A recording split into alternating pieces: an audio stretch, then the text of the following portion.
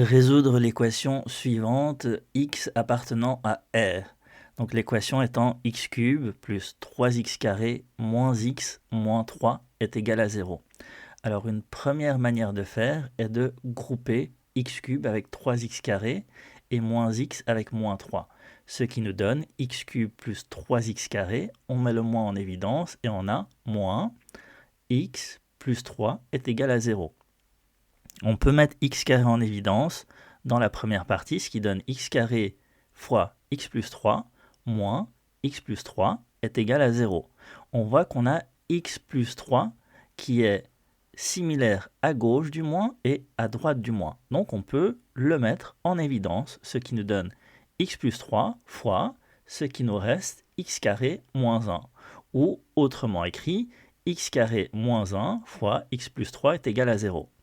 Et x² moins 1, a² moins b² est égal à a moins b fois a plus b, ce qui nous donne x moins 1 fois x plus 1 fois x plus 3 est égal à 0. Ce qui nous donne les trois solutions directement visibles. X est égal soit à 1, soit à moins 1, soit à moins 3. Donc, trois solutions possibles. Une autre manière de voir les choses est de poser x est égal à 1. Donc le polynôme, si on remplace x par 1, donc p de 1, ça nous donne 1 au cube, donc 1, plus 3 fois 1 au carré, plus 3, moins 1, moins 3, ce qui nous donne 0. Donc p de 1 est solution de l'équation x³ plus 3x² moins x moins 3. Par conséquent, on sait que x³ plus 3x² moins x moins 3 peut être écrit de la manière x moins 1, puisque 1 est solution, fois x² plus ax plus 3. Alors, on sait qu'on va distribuer, ou plutôt multiplier, par une équation du second degré, parce que x moins 1 est du premier degré. Par conséquent, la deuxième partie avec laquelle on va multiplier est une équation du second degré.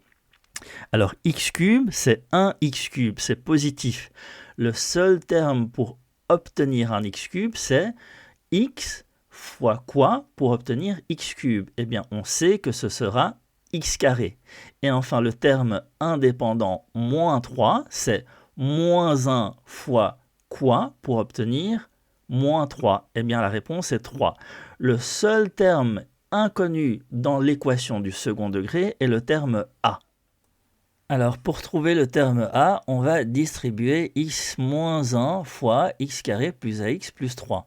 Ce qui nous donne x³ plus ax² plus 3x moins x² moins ax moins 3. Alors, ce qu'on va faire maintenant, c'est qu'on va regrouper tous les termes en x³, tous les termes en x², tous les termes en x et tous les termes indépendants, et on va égaliser avec l'équation de départ. Donc, ça nous donne x³ plus a moins 1 x² plus 3 moins ax moins 3.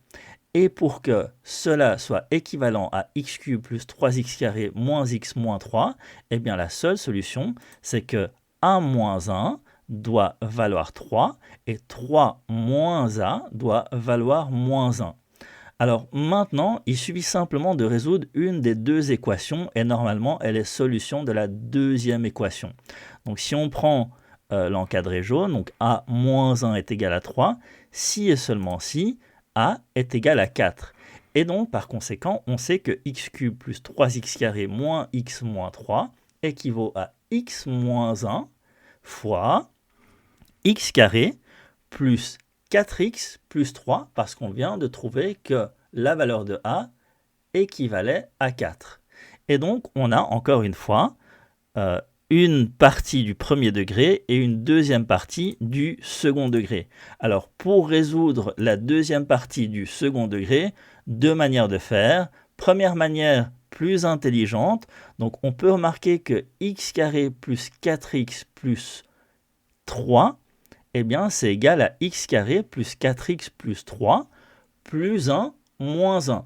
Donc, je rajoute une unité et je soustrais cette même unité, ce qui ne change absolument rien à mon équation de départ.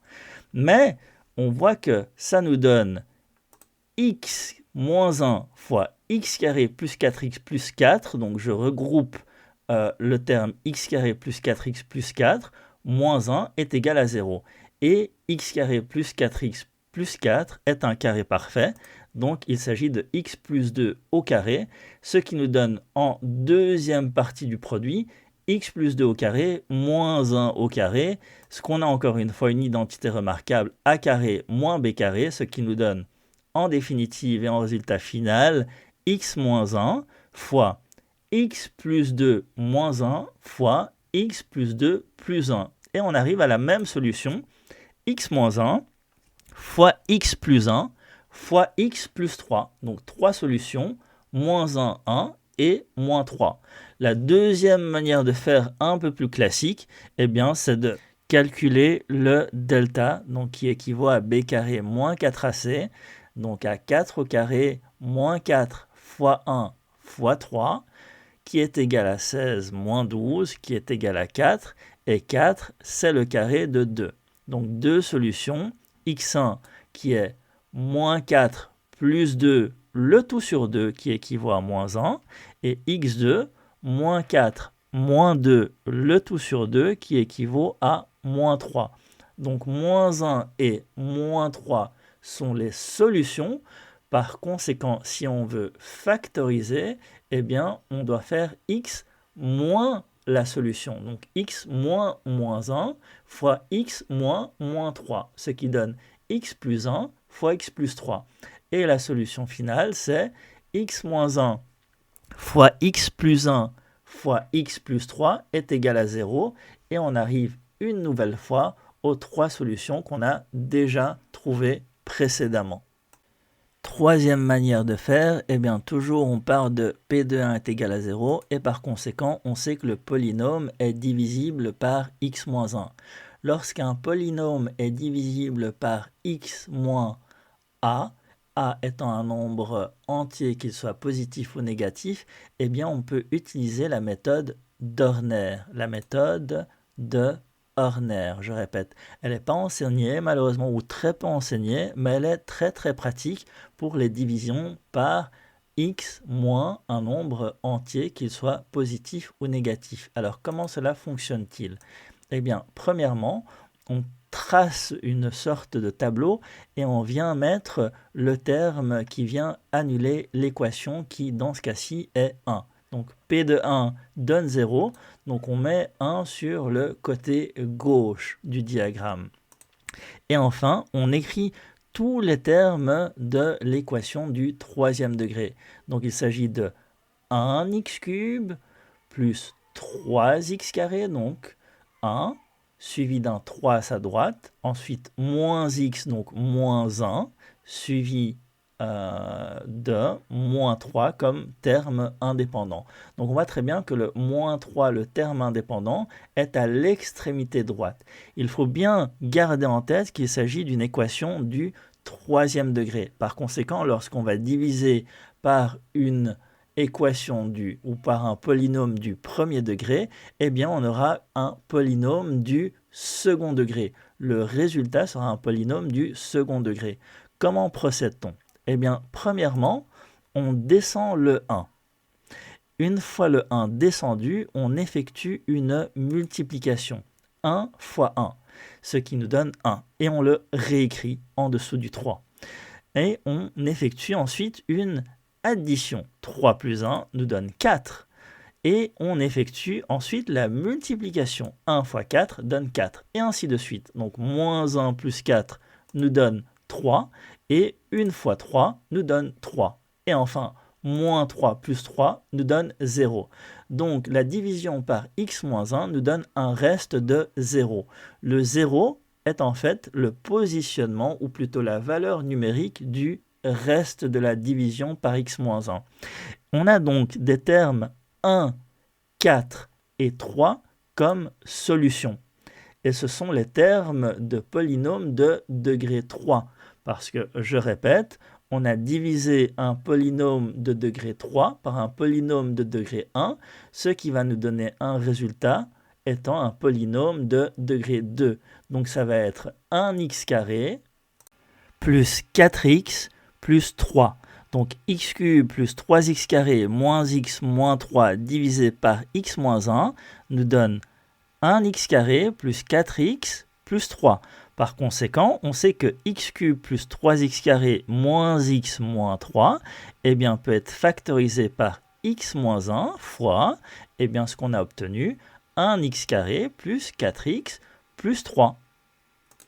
On ne va pas réinventer la roue, on a vu que x carré plus 4x plus 3 équivalait à x plus 1 fois x plus 3. Donc encore une fois, on arrive aux trois mêmes solutions en utilisant une manière différente. Donc la méthode étant la méthode de Horner. Enfin, quatrième manière de résoudre cette équation est la division euclidienne classique. Donc on voit que P de 1, donc si on remplace le polynôme x cube plus 3x carré moins x moins 3 par 1, eh bien on obtient 0. Eh bien on sait qu'il est factorisable par x moins 1 et par conséquent, on va faire x cube plus 3x carré moins x moins 3. On va le diviser par x moins 1 et il s'agit donc de la division euclidienne de P de x par x moins 1. Premier terme de la solution, c'est x carré parce qu'on voit que x carré fois x donne x cube et que les x cubes vont s'annuler. Donc si on pose x carré comme étant le premier terme de la solution, eh bien x carré fois x moins 1, ça donne x cube moins x carré. On soustrait cela à x cube plus 3x carré.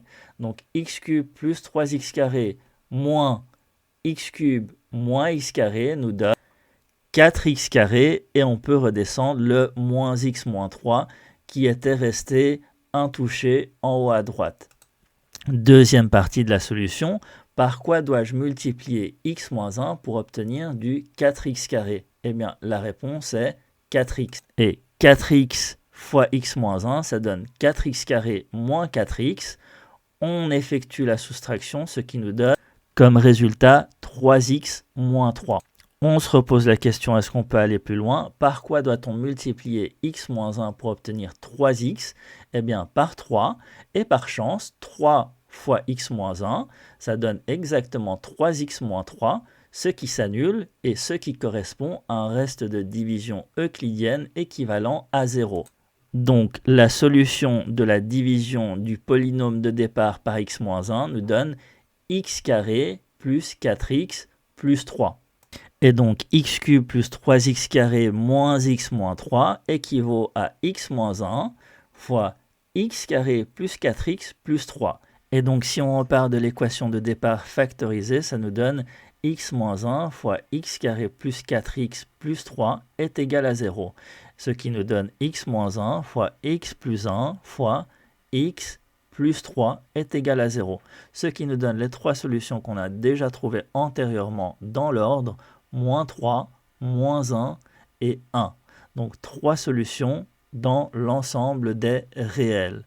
Voilà. D'autres manières de faire doivent exister. Je vous laisse essayer de les trouver en commentaire et essayer de les partager si possible. Abonnez-vous, likez si le contenu vous a plu pour de prochaines vidéos. Bonne journée ou bonne soirée à vous.